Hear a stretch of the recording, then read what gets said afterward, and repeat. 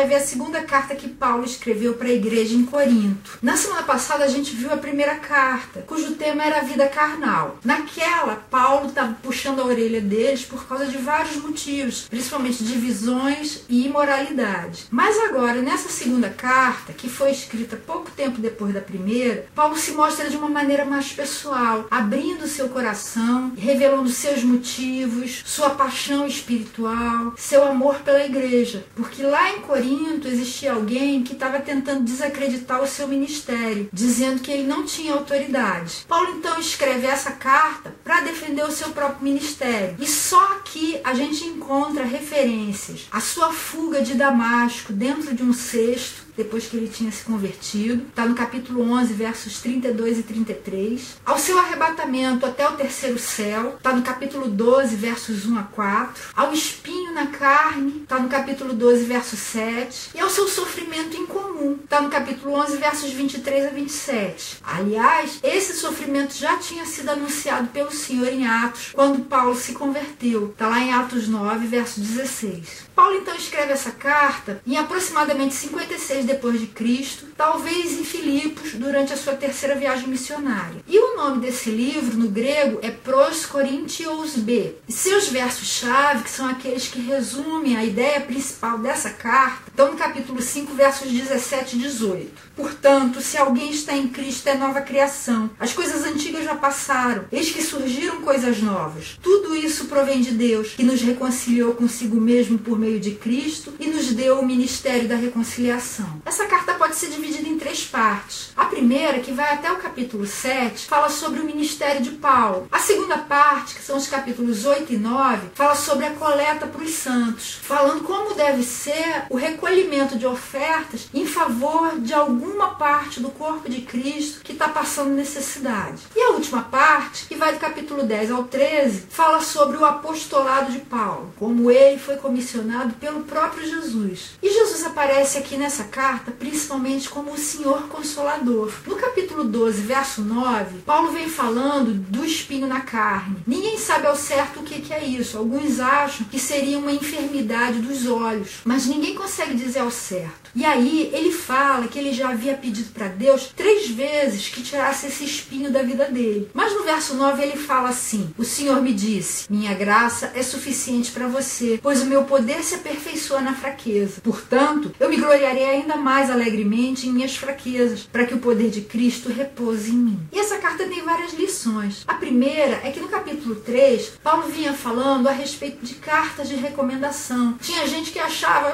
qual é a carta de recomendação que Paulo tem para nos apresentar? E ele fala assim nos versos 2 e 3. Vocês mesmos são a nossa carta, escrita em nosso coração, conhecida e lida por todos. Vocês demonstram que são uma carta de Cristo, resultado do nosso ministério, escrita não com tinta, mas com o Espírito do Deus vivo, não em tábuas de pedra, mas em tábuas de corações humanos. Cada um de nós é uma carta escrita por Deus. É muito mais fácil para as pessoas ler a nossa vida do que ler a Bíblia. Muita gente com quem a gente cruzar nunca vai procurar uma Bíblia para abrir e ler, mas essas pessoas vão poder olhar para a nossa vida e ler o que Deus está tentando dizer para elas. Lembra quando a gente falou sobre os evangelhos? Eu disse que existe um evangelho só, a Boa Nova de Jesus, mas escrito sob 4 pontos de vista diferentes. Tem o evangelho segundo Mateus, o evangelho segundo Marcos, o evangelho segundo Lucas e o evangelho segundo João. Como é o evangelho segundo você? Eu estou aqui mostrando como é o evangelho segundo eu mesmo. Que tipo de mensagem você transmite para as outras pessoas? Uma segunda lição está nas instruções que Paulo dá a respeito de como deve ser feita a coleta de ofertas para alguma parte do corpo de Cristo que esteja passando necessidade. No capítulo 8, verso 2, ele fala como os cristãos da Macedônia procederam. No meio da mais severa tribulação, a grande alegria e a extrema pobreza deles transbordaram em rica generosidade. Os macedônios eram pobres, mas eles fizeram questão de participar dessa coleta em favor dos santos de Jerusalém, porque eles sabiam que eles tinham o que dar e participaram com alegria. Então, a gente deve dar ofertas mesmo que a gente seja pobre. E a gente deve dar com generosidade, com alegria. No verso 4 fala mais. Eles nos suplicaram insistentemente o privilégio de participar da assistência aos santos. Deve ser com solicitude, querendo mesmo. Nos versos 12 a 14 fala assim: porque se há prontidão, a contribuição é aceitável de acordo com aquilo que alguém tem, e não de acordo com o que não tem. Deve ser de acordo com aquilo que a gente tem. No capítulo 9, verso 6, ele continua dizendo assim: lembrem-se, aquele que semeia pouco também colherá pouco, e aquele que semeia com fartura também colherá fartamente. Deve ser feita com abundância, com generosidade. No verso 7 ele diz: cada um dê conforme determinou em seu coração, não com pesar ou por obrigação, pois Deus ama quem dá com alegria. Deve ser espontâneo e deve ser com muita alegria, porque é um privilégio, é sinal de que Deus tem dado para você, Deus tem sido generoso, e assim você pode ser generoso também. O modelo para nós é o próprio Senhor, porque Ele se deleita em dar. Deus é um Deus pródigo. Você sabe o que quer dizer pródigo? Pródigo é esbanjador. Deus é um Deus esbanjador de bênçãos. Olha o que está no capítulo 8, verso 9. Pois vocês conhecem a graça de nosso Senhor Jesus Cristo, que sendo rico, se fez pobre por amor de vocês, para que por meio de sua pobreza, vocês se tornassem ricos. No Evangelho de Mateus, quando Jesus estava fazendo o Sermão do Monte, no capítulo 7, verso 11, ele falou assim: se vocês, apesar de serem maus, sabem dar boas coisas aos seus filhos, quanto mais o Pai de vocês